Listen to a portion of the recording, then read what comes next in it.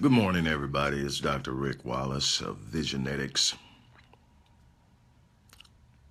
2020. I'm stopping by now to share with you, and I know that it may be some of you that are sitting up going, "What is this dude doing up, uh, this early in the morning on a Saturday?" Well, I've actually been up for a while, and this is consistently what I do. While other people take days off, I don't. I may adjust what I do and how I do it on Saturday and Sunday, but every day is going to have something uh, in it in which I engage my vision and I engage my dream. And that is how I function, and that is how I operate. So this is nothing new to me. This is what I do. I'm up in the morning, 5:30, sometimes earlier, 4:30, depending on where I'm at, where I'm going, the energy level, a lot of other different things. I'm trying to take care of myself, so I actually push myself to sleep more now because I'm trying to make sure that I'm taking care of myself. There was a point in time before October 1st, which was the time that I had the medical emergency, that I was pushing 105 hours a week, trying to get things done, trying to do things that I was passionate about. And so I'm trying to be more engaged in my health. I'm trying to make my health a priority, as a matter of fact. I understand that I can only go as far as my physical capacity will allow me to do. So with that in mind, that's what's going on. Before I get started today, today's title is Success Leaves Clues, and I'm going to talk to you about that real quick, get you off on a good note this morning, whether you're going, hanging out with your family, going shopping. Some of you have to go to work. Some of you are going to spend time around the house relaxing and recuperating from a tough, grueling week. Whatever it is, make sure that you're maximizing your time and that your time has purpose. Sometimes you need that rest. Sometimes you just need to sit back and allow your mind to recover, your body to recover. But make sure that when you're laying back and relaxing, you're not killing time. That time is absolutely necessary for you to be at your optimal strength, your optimal focus, your optimal mental capacity. That's extremely important. But before we get into Success Leaves Clues, I want you to repeat something with me 3 times, just 3 times, but I want you to start to make this an ongoing ritual. A ritual is something that you do consistently on a regular basis, almost at the same time every day, and the same amount of times the same way. I want you to do it ritually. Why? Because ritualism is a part of habitualism. What you do habitually is what you become. And so it's extremely important to change your mindset, to change your thinking, to change your behavior if you're going to change your position. You cannot keep the same thinking. I think it was Albert Einstein that said that you cannot get out of the situation you're in by using the same thinking that got you there. And so this is what we've got to do. We got to change our thinking. But this is what I want you to repeat for me 3 times. Just say it with me. I expect to live my dream. Say it again. I expect to live my dream. I expect to live my dream. I'm setting expectations right now that I expect to live my dream. Remember, I've told you before, and I'm telling you again, I'm going to consistently tell you this, that God, the universe, or however you see the infinite intelligence, the infinite wisdom, the infinite power of this universe, however you view that. With me, it's God, but not maybe in the way that you see it. But I also refer to it as the infinite intelligence, the great designer, the great creator, the Almighty. But how I view it is this: the one thing I can tell you is that the Almighty will never meet you beyond your expectations. The universe, God, will always meet you at the level of your expectations. If you don't expect it from life, you will never have it. And the one thing I can tell you about that thing that you expect, when you expect it, you begin to operate and move toward it. You begin to center your life around it. When you expect it, you begin to prepare yourself to receive it. So you don't expect something, then just sit around and hope that it comes. When you expect something, you engage that expectation with action. See, faith produces action. See, when you truly have faith, faith is not just simply believing something can happen. Faith is an expectation. It's an anticipation of something that is to come, something that you have a reasonable expectation of having. That it's not necessarily based on what you see. It's not necessarily based on where you're at. It's not necessarily based on where you come from. It's none of those things have a bearing on what you have the capacity to expect. What you expect is what you believe you're capable of. And when you start to raise your level of expectation, it's based off of the capacity and the self-confidence that you are capable of achieving those things you expect. You start to believe more in your design, and so you start to move toward it. So I expect to live my dreams. I've expected all the things that I've accomplished when there was no proof of it, when people were telling me it was impossible. When I decided, as a 16-year-old, after writing my first article that got published outside of the school newspaper, which was The Invisible Father. I wrote it because my journalism teacher was also the wife of my coach, and she knew that I did not know my biological father. And she told me to do the research and write a paper, and let's work on that paper. Make it the best article you've written. I mean, work on it and let's get it in the newspaper, because trust me, son, you're not the only one that's going through this. And what I love about this is I was reared by my great-grandparents. So there's this big age gap. So a lot of the things that other children's parents were doing with them, my grandparents weren't doing with me. It just wasn't that type of connect. They were providing for me. They were loving me. They were teaching me. But that engagement, going out and playing catch and all that stuff like that other kids got, I didn't get. But what I love about my journalism teacher and her husband, if anybody that went to Forestburg know I'm talking about, Coach Leonard and Miss Leonard. It was Miss Williams when I first met her. They hadn't gotten married yet. But they would come get me on the weekend. I would spend time with them. And it allowed me to be around somebody that was closer to my age that I could relate to, but had an authoritative position and a motherly and fatherly figure. So it gave me like a second set of parents for a short period of time. But anyway, she told me to write this paper. And when I wrote it, she didn't just publish it in the school newspaper. She took it to the Forward Times. She got it published in the Forward Times. She eventually got it published in Teen Magazine. So it was published nationally.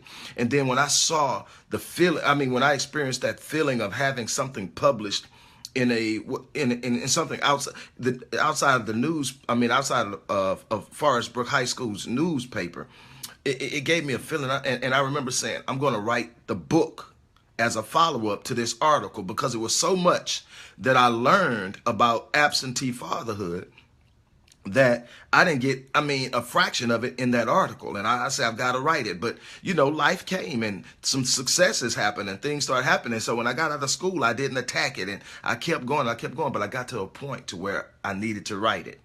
I was looking and examining my life, and I was realizing that I hadn't dealt with the fact that I didn't know my father. I wrote the article, but I never really dealt with it.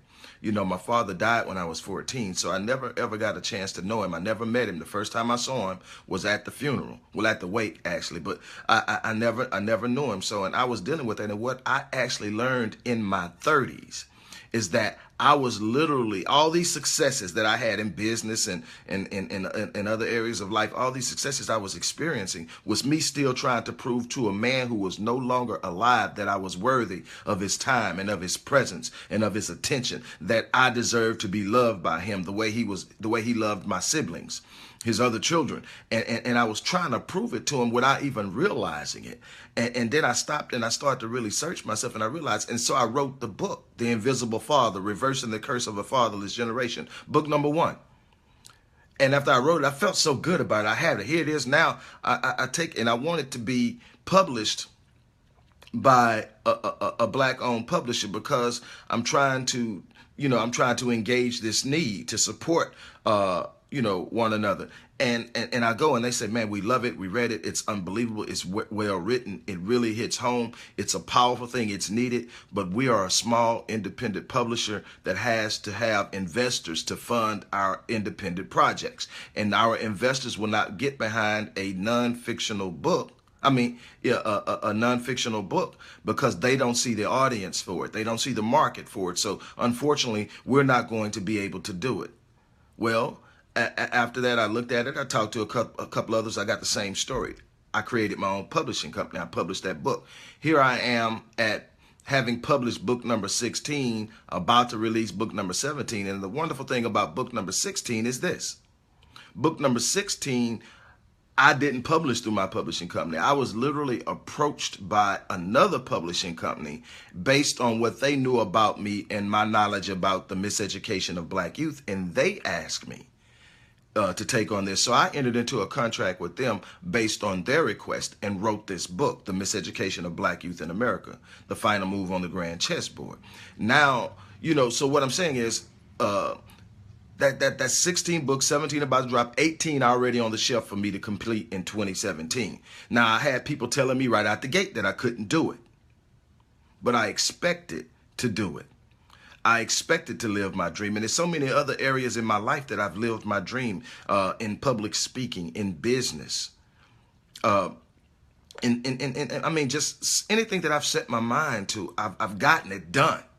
Because I expected. I've taught and trained myself that there are no limitations, and success leaves clues is what I want to talk to you about.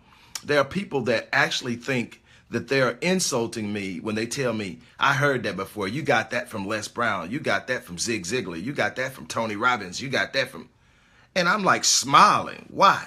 Yes, I did. First of all, concepts and principles of success don't change.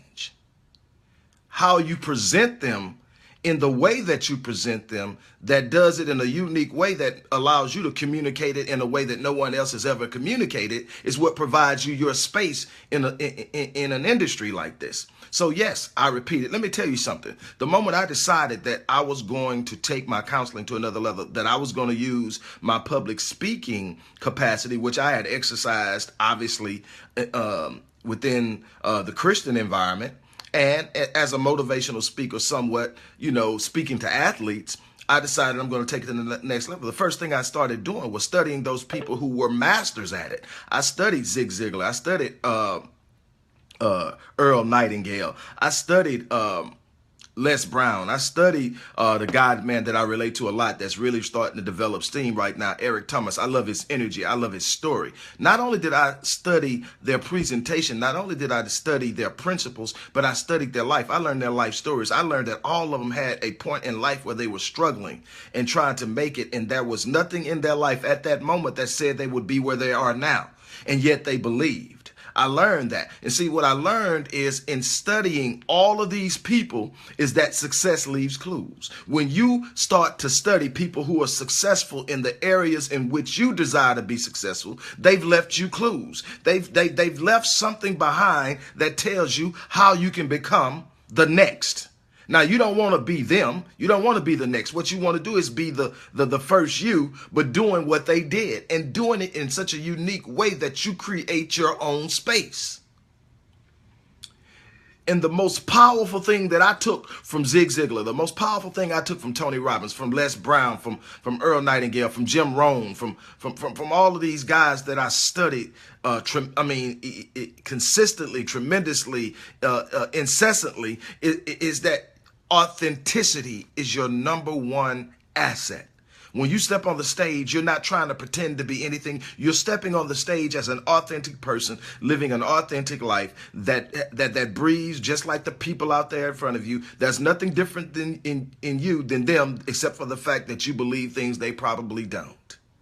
And you have expectations for your life that they don't yet have. And your job is to convince them to shed their limitations, to shed their liabilities, to shed the negative mindsets, to start to develop and build something positive. That's why I told you at the beginning of this to sit up and say, I expect to live my dreams. When you say that enough, when you continuously say that enough, you will develop a mindset that will start you to seek out how you will live your dream. And the thing is, the wonderful thing about saying that you're going to live your dream, about setting your goals, about setting your expectations, about raising the standards through which you're going to live life, is that you don't have to have the answer of how you're going to do it when you set your mind to do it. Matter of fact, don't start trying to think about how when you first said it, because when you start to think about how, you may not have yet developed the capacity to do it. You might not yet have the skill set to do it. You might not yet have the experience to do it. And because there's nothing on the inside of you now that has the capacity to produce what you're saying you're going after, you'll talk yourself out of it. Don't worry about who. What you want to do now is set your expectations. I expect to live my dreams. And then you sit up and say, I'm going to study people who have done what I've done. If you're going to be a financial advisor, study those people who have excelled at it. If you're going to be an insurance salesman, study the people who've excelled at it. Study the $1 million salesman. There are literally some agents out there that produce revenue in excess of $1 million a year. Study them. Study real estate agents that are producing commissions in excess of $1 million a year. They're out there. Study those people who have proven systems. Success leaves clues. Don't be embarrassed because somebody say, man, I've heard this before, or I've seen this before. Somebody does something almost like what you're doing. That's okay. I got it from one of the best. I studied one of the best.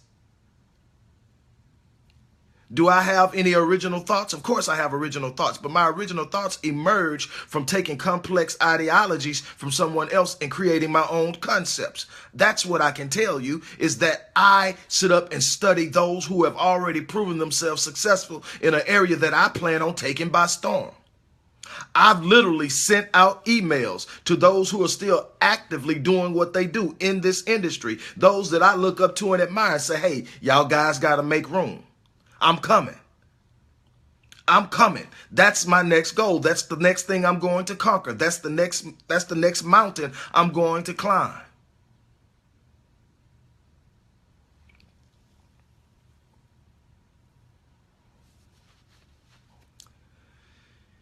You are going to face adversity. You're going to face difficulty. You're going to have a bunch of dream busters, dream stealers that are going to come along and try to tell you all the different reasons why you're not going to be able to do what it is that you desire to do. What you're going to have is a mentality that overrides that. You're going to have a spirit that's been felt so much by your thought processes through your subconscious that your spirit is able to interpret your circumstances, your situations, based on the mindset that you've created, and that spiritual vision will be able to interpret it as a challenge and not a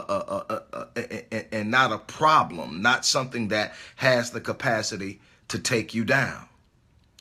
And then I tell people all the time, I see my circumstance. When I come into contact with a negative circumstance, and it happens more than you would imagine. But when I come in contact with a negative circumstance, when I see something that's staring me down, that has the capacity to bring pressure, to bring pain, to bring delay, to bring disappointment, to bring heartache, and I'm looking at it, I'm not viewing it through my physical eyes. I've trained my spirit to step out front and interpret those things that are in front of me, because my spirit has access to a part of my existence that my physical eyes don't. See, my physical eyes function in the third dimension, but I understand that I'm also a spiritual being, and that my spiritual existence is actually transcendent to my physical existence. And so I also exist in the fourth and the fifth dimension, the spiritual realms, where things are actually initially manifested. So my spiritual man has already experienced and seen my future.